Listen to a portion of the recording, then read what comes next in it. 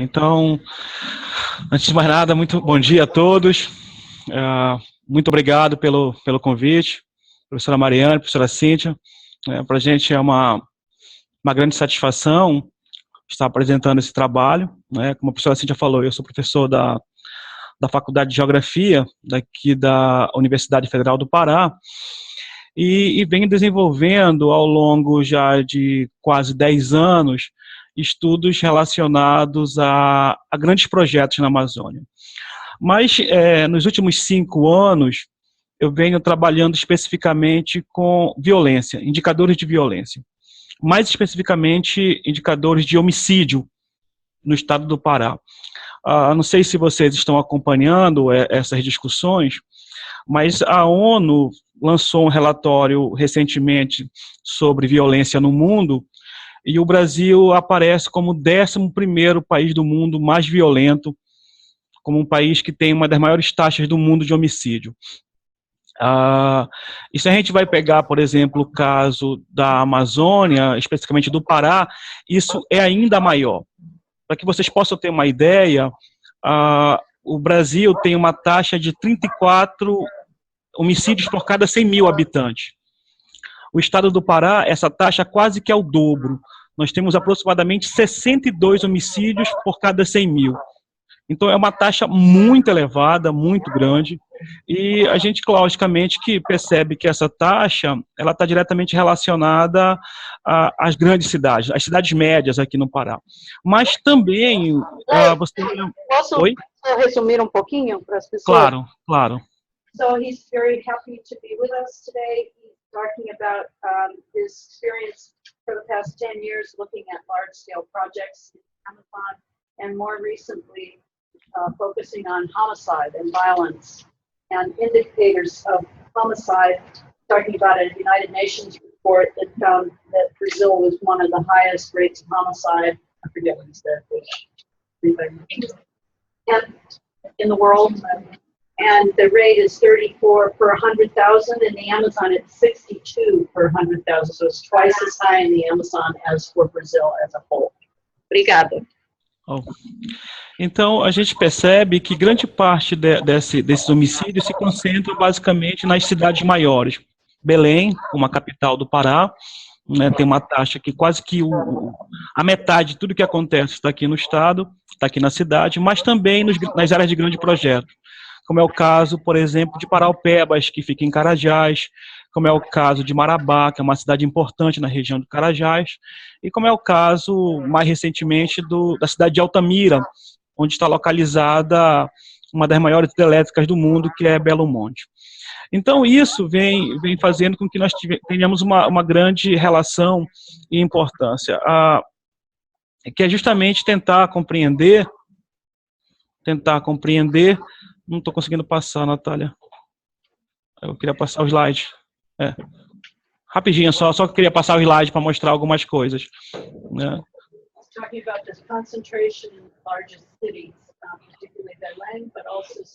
Agora a gente tinha conseguido passar. Então, a minha conversa é basicamente tentando compreender duas coisas, né? A primeira é entender um pouco da transformação que essa região de grandes projetos, como é o caso de Carajás, elas passam, né, ao longo de aproximadamente 30 a 40 anos de projetos minerais. E, no segundo momento, é mostrar que todo esse desenvolvimento associado aos projetos, eles não vão dar conta de melhorar os indicadores socioeconômicos, e muito pelo contrário, eles vão acabar piorando ainda mais esses indicadores. Eles acabam agravando muito mais, principalmente quando a gente vai falar, por exemplo, das relações ligadas diretamente à saúde, à educação, à infraestrutura, e também relacionados, no caso, a crimes, a homicídio, basicamente, né? Então, deixa eu resumir um pouco. Ele vai falar sobre duas coisas: a transformação... Excuse me. Acontece, né? He's going to talk about the transformation of these large-scale mining projects over 30 or 40 years. And he's also, the second thing is Quando a gente fez o teste, estava normal. the development that's associated with those projects and how it can be that socioeconomic indicators are getting worse in the area of those large projects, things like health, education, and crime, which is important. Tá bom, obrigado. Ó, a gente não tá conseguindo passar o slide. Rapidinho, eu vou só tentando passar aqui o slide. Can't get the slides. Ah, ok. Então, agora como é que eu saio da...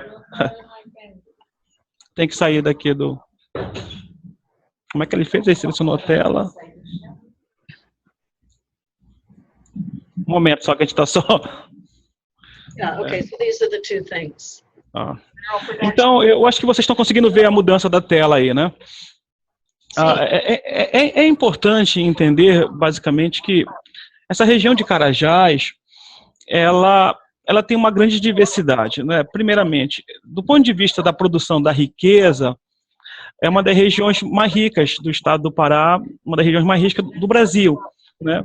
Você tem nessa região a nossa maior jazida mineral, basicamente ferro, você tem manganês, você tem ouro, você tem um conjunto de minerais, isso dá a uma característica de grande riqueza, mas também essa região ela se apresenta ainda como uma economia ligada à atividade agrária, atividade agrícola, né? É também a região da Amazônia, e uma das maiores do Brasil, com o maior rebanho bovino. Então você tem uma grande contradição, né? Você tem uma economia ainda de base rural, ligada a esse rebanho bovino, um rebanho voltado para a exportação. Ele não é um rebanho destinado ao mercado interno, mas ao mercado externo, né? Basicamente em direção à Europa, em direção aos Estados Unidos, em direção ao Oriente Médio, que nós somos grandes produtores, exportadores de gado, mas também, como eu falei ainda há pouco, é uma região de grande produção de riqueza mineral. Então, ir ao sul e sudeste do Pará, a região do Carajás, é viver uma intensa contradição, do ponto de vista da produção do espaço, da dinâmica da paisagem. São lugares que apresentam, ora, uma cidade com uma certa infraestrutura, com serviço e comércio bem estruturado, mas ao lado você tem um município que apresenta uma condição ainda muito rural, pequenos núcleos urbanos. Isso também acaba gerando uma espécie de problema do ponto de vista dos conflitos.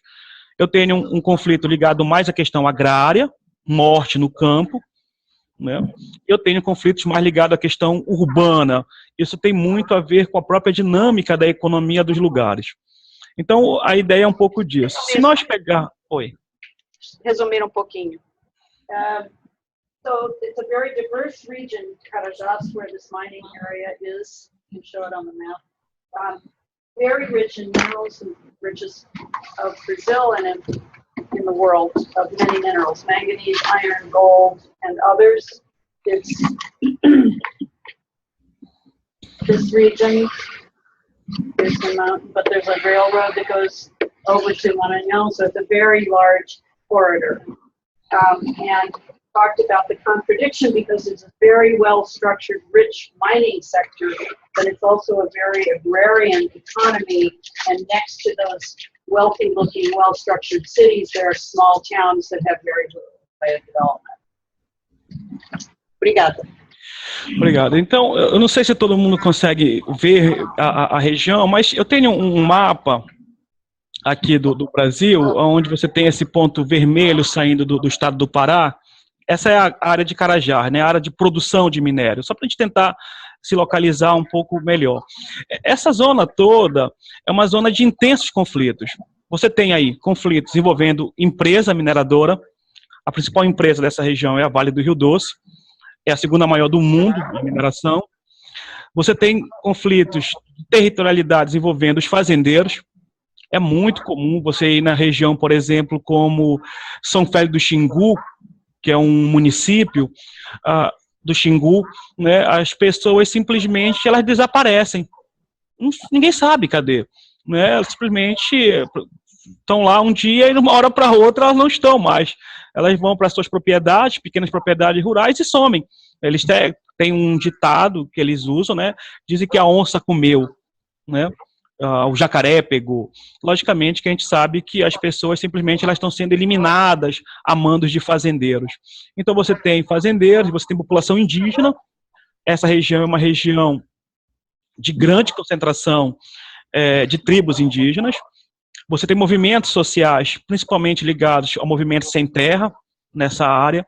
Então, isso gera, na realidade, um conjunto de agentes territoriais que permanentemente ficam disputando o território, né? Ficam disputando, na realidade, o controle dessa área, o que torna, de fato, uma área de conflitos muito grande, tanto de conflitos do ponto de vista agrário. O Pará é também uma das regiões do mundo que tem maior intensidade de conflitos agrários, quanto também de conflitos urbanos. Se nós olharmos, por exemplo, a questão dessa área, e aí está melhor o mapa agora, eu fiz um círculo na área que a gente está trabalhando, basicamente que é Carajás, a região de Carajás. A gente pode ver claramente que nessa região você tem aí uma quantidade imensa de extração mineral, né? Muito grande. Esse mapa é o mapa do Pará. O Pará como um todo, praticamente, é um estado minerador de ferro, de manganês, você tem bauxita, você tem caulim, você tem um conjunto, é uma grande jazida mineral em todo o estado, né? Mas do ponto de vista das tensões e dos conflitos, eles se concentram muito na região de Carajás. Então, here you see the map of all the minerals. You saw in the previous map where they're being exported to. And he's talking about the very complex sets of conflicts going on between the mining companies, small-scale miners, ranchers, small farmers who, he said, sometimes just disappear. No one knows where they went. He said the jaguar ate them. But probably it was a gunslinger who shot them. And so there's this very complex confluence of different kinds of agents that are involved in conflicts, including the indigenous people around this mining area. Pode falar. Se nós olharmos essa outra imagem, basicamente ela ressalta mais a questão da população do município e mais a densidade. A gente percebe, exceto ali Marabá, exceto Paraupebas, você não tem uma região de grande densidade populacional, né? São só as duas cidades que se destacam mais. Mas isso não significa dizer que você não tenha esse conflito. Volto a dizer, nessa região você tem uma particularidade. Você tem grande quantidade de conflitos agrários, né? Muito grande. Fora o que a gente não consegue identificar. Simplesmente, como eu falei no início da apresentação, as pessoas desaparecem, elas somem. E como você tem uma dificuldade muito grande para investigar, simplesmente não são investigados, elas somem. Para vocês terem uma ideia, o contingente de policiamento nessa área, em Pissarra, que é um município, também perto aí nessa região, você tem 3 policiais, uma população de quase 20 mil habitantes. É impossível que haja investigação, né? E simplesmente a segurança pública vai deixando de lado, como se não fosse importante investigar esses crimes. Um ponto também que a gente levanta como interessante é entender que esses municípios têm uma grande quantidade de CEFEM. A CEFEM é um fundo de compensação de extração mineral, né? Se nós olharmos para o caso de Paraupebas, essa cifra está em reais, mas se a gente perceber que hoje o real está 1:4, cada $1 equivale a R$4 aproximadamente, nós estamos com um câmbio, uma moeda desvalorizada, você vai ter aí, Paraupebas, só de CEFEM, quase 90 milhões, né, de dólares de arrecadação. Um recurso muito grande para que você tenha para essa extração, essa compensação. É por isso que você tem a empresa como um elemento muito importante para estar determinando as políticas territoriais nessa área. Eu vou passar ao próximo. Deixa eu só resumir aqui. So he's talking about the lack of security and the very small number of police, large populations in the cities, and that they are not able to keep up with the conflict. And then this is showing the taxes collected on mining, which municípios they go to. You can see almost all of it goes to this one municipio, which is right next to the iron mine. And these other municipios don't get very much at all from the mining tax. Pode falar. Bem, apesar de você ter, por exemplo, o caso de Paraupebas, o caso de Carajá, de Canaã dos Carajás, que tem uma grande compensação, o que a gente vem percebendo é que isso não tem, em grande escala, um retorno para a população local, né? Problemas relacionados à educação, à saúde, saneamento básico. Aqui você tem uma participação dos municípios em relação ao PIB do estado do Pará, Carajás, Paraupebas, melhor dizendo. Eu coloquei os 3 destaques aí, Paraupebas, Marabá e Canaã dos Carajás, que ficam na região do que eu estou chamando de Carajás, né? A gente tem um PIB muito elevado para essa área. Basicamente, tanto Paraupebas quanto Canaã são cidades relacionadas à extração de minério, Vale do Rio Doce explorando em grande escala, e a Marabá, serviços. Marabá é uma espécie de entroncamento, um eixo. Bem, o que é importante para que a gente possa continuar avançando? São áreas de intensa migração, muito grande. Né? A migração, esses municípios têm um salto em termos de crescimento ao longo de 20 anos, que quase que triplica a população de todos eles. Então você tem uma constante. Permanentemente você tem pessoas chegando. Para vocês terem uma ideia, uma cidade como Paraupebas chegou em 98, receber aproximadamente 500 pessoas por dia. Né? Então, para a dimensão das cidades da Amazônia, isso é uma quantidade muito grande. Bem, resumir aqui, então, he's talking about the intense migration. Population has tripled in 20 years. Talked about 200 people a day arriving in this area near the iron mine. 500. And I forgot to mention, he's pointing out the dominance of this one company that controls the Carajás Valley, which is a large semi-state company. Now it's private, I think, which very much dominates everything in that region. Obrigado, pode falar. Então, isso acaba gerando essa migração muito intensa, devido à pobreza do entorno dos municípios, acaba gerando um conjunto de problemas, e entre eles, né, que eu estou discutindo mais profundamente, são os homicídios.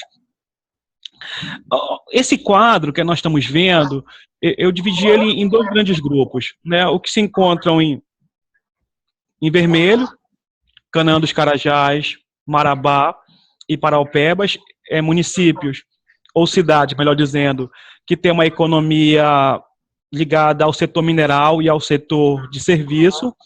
E os que se encontram em laranja, São Domingos do Araguaia, São Geraldo e São João do Araguaia, municípios de economia ligada à atividade agropecuária. Cattle region. Se nós olharmos, por exemplo, a relação que existe entre taxa de homicídio, percebam, por exemplo, o caso de Paraupebas, né? Paraupebas com uma taxa em 2011 de 43 homicídios por ano. Isso, os homicídios que a polícia teve acesso, né? Fora o que eles acabam não vendo, não reconhecendo, né? O Marabá, por exemplo, em 2011, você teve uma taxa de homicídio de 110 pessoas. Né, uma taxa muito elevada. Percebam que as taxas nos municípios de Paraupebas e Marabá, elas são muito altas. Logicamente que a relação tem a ver também com a população. Né? A população desses municípios ultrapassa, ou chega quase, no caso de Paraupebas, a quase 200 mil de habitantes. Se nós fizermos uma conta simples e dividir esse coeficiente de homicídios pela população, vocês podem perceber que todos eles estão acima da média nacional, que é de 34 homicídios por cada 100 mil. Isso faz com que essa região se apresente com uma quantidade muito grande de homicídios, de mortes. Quando a gente olha para os municípios não mineradores, a taxa é bem menor. Né? Você tem uma outra dinâmica. Esses homicídios dessas áreas estão muito relacionados a conflito de terras, né? Bem menor. Então, isso cria, de alguma forma, uma caracterização diferente. Nós temos os assassinatos ou homicídios ligados a uma dinâmica da economia urbana, que tem uma expectativa, depois eu vou mostrar os atores que fazem parte desse processo, e nós temos uma outra relação que está diretamente relacionada à economia de base rural. So that he's making a distinction between the mining areas with the mining concentration have the highest homicide rates, but those are still linked to agrarian conflicts, and they're much higher in those regions than in the areas dominated by cattle and agriculture. Eu peguei um segundo exemplo que foge da região de Carajás para a gente ver uma situação interessante, como os projetos de infraestrutura e minerais, como eles acabam condicionando, na realidade, a questão dos homicídios. O primeiro município que aparece no nosso quadro, nesse outro quadro, é Altamira. Altamira é a sede da usina hidrelétrica de Belo Monte. Olha como é que é a flutuação da taxa. Em 2010, quando se inicia o processo de construção, Altamira, que tinha antes disso uma taxa de homicídio de 17 homicídios por ano, já no primeiro ano ela vai para 48. E aí vai. Quando chega em 2014, então o ano passado, essa taxa já salta para 98 homicídios. 2015, até o mês de agosto, já estava em 57 homicídios, né? Então, isso mostra que, na realidade, um dos principais problemas que nós estamos enfrentando aqui no Estado, principalmente a partir desse processo de grandes projetos, tanto faz projetos de mineração ou projetos de infraestrutura, como hidrelétricas, eles trazem junto com eles a elevação das mortes, tanto na cidade quanto mortes no campo. Isso é uma coisa que vem se repetindo sucessivamente na Amazônia. Vem se repetindo constantemente e o Pará não está fora disso, né? Como eu falei no início, nós somos um dos estados mais violentos da federação. Então, resumindo, so Pará has, with these large-scale projects, whether they're mining projects or infrastructure projects like hydroelectric plants, they seem to bring in much more conflict in the regions where they're placed. Altamira had 17 homicides before the beginning of the construction of Belo Monte. It jumped up to 48, and it's been very, very high ever since. E para a gente começar já a pensar na finalização, a gente criou uma espécie de modelo para tentar identificar, basicamente, quem são os agentes, né? Como é que eles acontecem, esses homicídios. Isso é um trabalho que eu estou desenvolvendo mais recentemente via o nosso Ministério da Justiça e a ONU. Nós elegemos 7 elementos que contribuem para o homicídio. 7. E eles se combinam de forma diferente. Né? Você não tem um elemento que é principal, depende muito do lugar, depende muito da cidade. Mas o que a gente consegue ver? Um dos principais fatores que produzem homicídio no Pará é o conflito que se tem através do tráfico de drogas. Né? O tráfico de drogas, a disputa entre grupos, né, ele é um elemento central para essa questão. Mas não só a disputa. Quando você tem uma disputa entre dois grupos de traficantes, na micro escala, você tem o homicídio a partir da lógica direta. Mas também o tráfico, ele produz o homicídio de forma indireta. Como é que é isso? Você imagina que numa área nova de ocupação do espaço, uma nova ocupação, a gente costuma chamar aqui pejorativamente de favela ou de invasão, o jovem que começa a usar a droga, ele não tem como manter o seu vício de droga. Então ele acaba sendo estimulado a roubar, né? Só que quando ele vai praticar o roubo, ele tem uma arma de fogo. O que é que vai acontecer? Garotos de 13 anos, 14 anos estão com armas na mão. E aí, possivelmente, a probabilidade dele matar alguém é muito grande. Então, nesse caso, o tráfico, ele contribui tanto de forma direta pela disputa dos territórios, como de forma indireta, a partir do que a gente vai chamar de latrocínio, roubo seguido de morte. Né? Então, esse tráfico produz... O quadro, então, so this is a conceptual scheme of 7 factors that lead to homicides in the metropolitan region of Belém.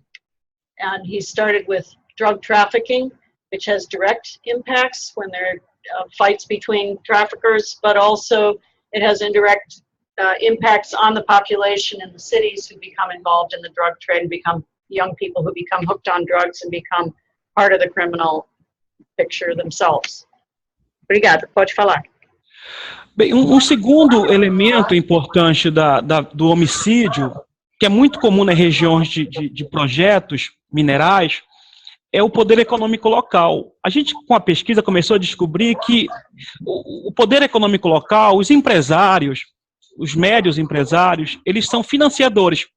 Eles passam a contratar pistoleiros, contratar agentes de segurança pública para matar certas pessoas que costumam roubar no entorno do seu comércio, né? Então, esse agente, poder econômico local, ele passa a ser o promotor da violência. Ele não é ele que atira, não é ele que mata, mas ele financia.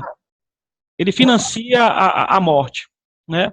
E aí, se vocês têm uma ideia, isso, a gente pesquisando aqui em Belém, né, são dados que eu tenho mais concretos, a gente encontrou, por exemplo, grupos que matam por uma quantia não maior do que $100, uma pessoa, não maior do que $100.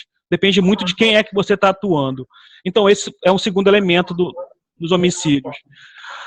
Um terceiro elemento é a própria segurança pública. São os próprios agentes de segurança pública que produzem muito homicídio aqui. A polícia brasileira e a polícia paraense, ela é extremamente violenta. Ela mata muito, né? Mata de forma direta, a partir do que a gente chama de auto de resistência. O que é esse auto de resistência? O policial está na rua, né? Está no seu serviço, e por alguma razão ele se sente ameaçado, né? E aí, então, ele pode matar porque ele está ameaçado. Isso chama-se auto de resistência. Só que isso é muito elevado também, né? Se a gente for olhar o número de homicídios por auto de resistência no Pará, já ultrapassa 100 casos. Mas ele mata de forma não direta, não no serviço. Quem faz a segurança, muitas das vezes a gente chama de bico, que seria uma espécie de serviço não oficial, é o policial militar. Então, esse policial militar, muitas das vezes, ele está fora de serviço, mas está fazendo um bico, está fazendo uma atividade não oficial. É ele que recebe o dinheiro, muitas das vezes, do comerciante. Para vocês terem uma ideia, a região metropolitana de Belém, que tem aproximadamente algo em torno de quase 3 milhões de habitantes, por final de semana, se tem aproximadamente de 12 a 15 casos de homicídio todo final de semana. E a gente sabe que grande parte desses homicídios, eles são praticados por agentes de segurança pública. Deixa eu resumir um pouco. So he talked about the 2 other factors. One is the local elites who often finance violence by hiring the gunslingers. Or hiring the police, the off-duty police, to kill people. And he talked about the actual police themselves and other agents of security who often also are bought off, hired as killers, or shot in the course of their duties because the police feel threatened by them. And there's a particular term for that. We have that problem here in this country. Bem, um quarto fator importante são os latrocínios. Eles são mais comuns em ambientes mais urbanos, né? Que é o roubo seguido de morte, que não tem a ver com tráfico, mas ele é importante. Um elemento que a gente está levantando também, que é muito comum nas áreas de mineração, são os crimes passionais. Isso a gente está levantando as informações, está construindo isso mais recentemente. A gente percebe muito, tanto em Paraupebas como em Marabá, por exemplo, a morte de mulheres. Mulheres sendo vítimas dos seus companheiros, ou dos seus maridos, ou dos seus namorados, ou dos seus amantes, não importa. Mas é muito comum essa relação. É o que a gente chama de sensação de posse. Como são cidades eminentemente de população masculina, isso acaba gerando uma espécie de posse. Então, nesses municípios, você enxerga muito a possibilidade de morte de mulheres, que a gente chama de feminicídio, né? Então, isso é um fator. E os dois de menor proporção que a gente poderia colocar seria a sociedade local. No Brasil, a gente vem acompanhando muito isso, a população fazendo justiça com as próprias mãos, né? Matando, isso vem sendo cada vez mais noticiado, e também acidentes. Mas se eu pudesse fazer um resumo geral, eu diria para vocês que os três primeiros, tráfico de drogas, poder econômico local e mais a segurança pública, são os principais elementos que produzem o homicídio hoje no estado do Pará, tanto em Belém quanto na região de Carajás. O que diferencia é a combinação. Ora, em alguns lugares eu tenho mais tráfico, ora, em algum lugar eu tenho mais a ação da polícia, né, ou ação do poder econômico. Então, o que você tem, na realidade, é uma combinação. Só para a gente finalizar, eu acho que está chegando já o momento, né, é importante compreender que toda essa dinâmica da economia do estado do Pará, a dinâmica mineral, a dinâmica da pecuária, ela não consegue dar conta de atender às demandas sociais.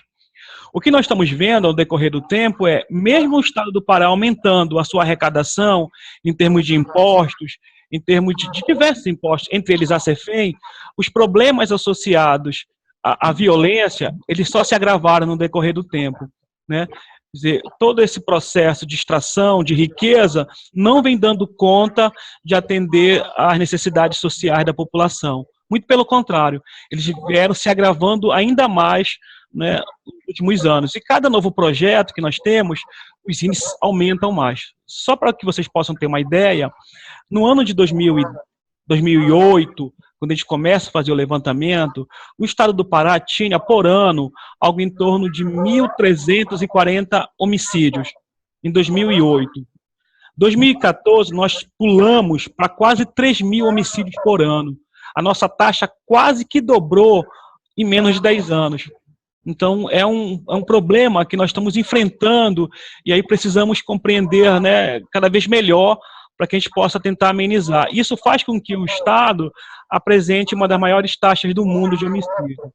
Então, eu acho que era isso que eu tinha para falar para vocês. Agradeço a paciência, desculpem pelo português, por não estar falando em inglês, mas muito obrigado por ter escutado. Então, deixa eu só resumir o final. He said that these three are the most important factors, and there's some others, just other kinds of crimes that contribute. But the main point he wanted to make was that this dynamic of the economy based on mining and cattle ranching has brought in large returns in terms of taxes, but and other kinds of benefits for some of the municipios, but the problems of conflict and violence have just gotten worse. And he cited the example of Belém, which in 2008 had 1,350 homicides, and in 2014 had almost 3,000. And so all this development has been accompanied by a big increase in violence. Nós queremos agradecer muito a sua apresentação, Clay. Desculpe qualquer coisa. Muito obrigado também. Obrigado.